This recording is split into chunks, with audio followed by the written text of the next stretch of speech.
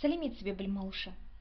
Біздің бүгінгі сабағымыздың тақырыбы сөздердің байланысу тәсілдері. Сөздердің байланысу тәсілдерінің 4 түрі бар. Ол бірінші жалғау арқылы байланысуы мүмкін, шылау арқылы байланысуы мүмкін, орын тәртібі арқылы байланысуы мүмкін, болмаса интонация, яғни дауыс ырғағы арқылы байланысуы мүмкін. Сөздер өзара жалғаулар арқылы байланысады. Мысалы, достардың кеңесі, мектепке келу.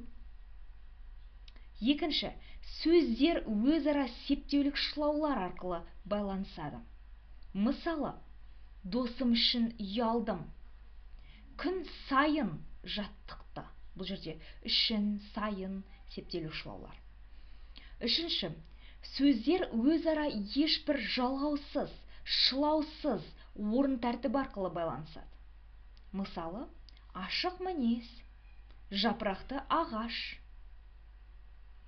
Төртінші, сөздердің арасындағы мағыналық байланыс кейде дауыс ырғағы арқылы да беріледі.